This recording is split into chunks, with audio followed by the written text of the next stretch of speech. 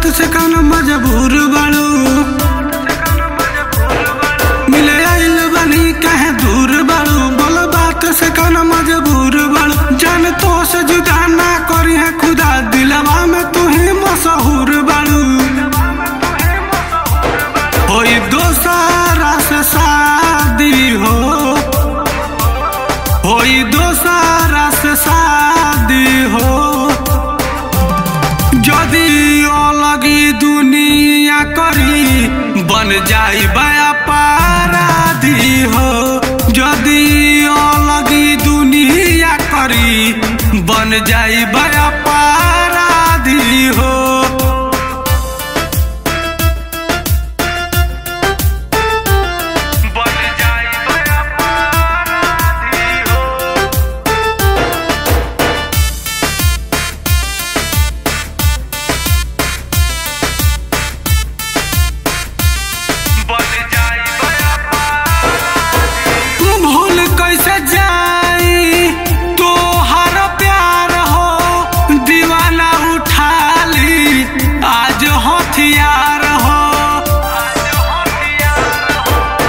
भूल कैसे जाई तो हर प्यार हो, दीवाना उठा ली आज हथियार हो।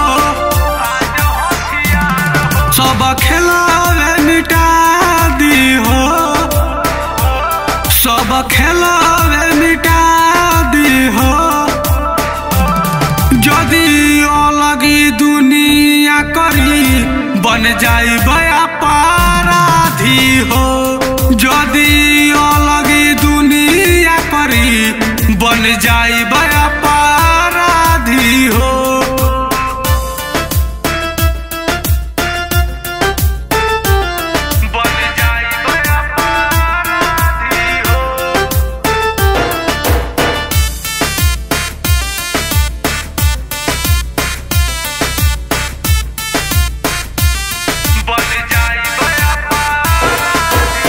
सिंगर पिंटू आलम दिले बदिल हो, छोड़ल तोहरा के बा मुश्किल हो।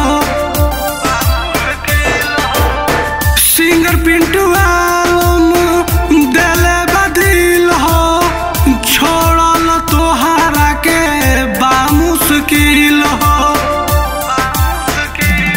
सोना भले हो जरा जी हो,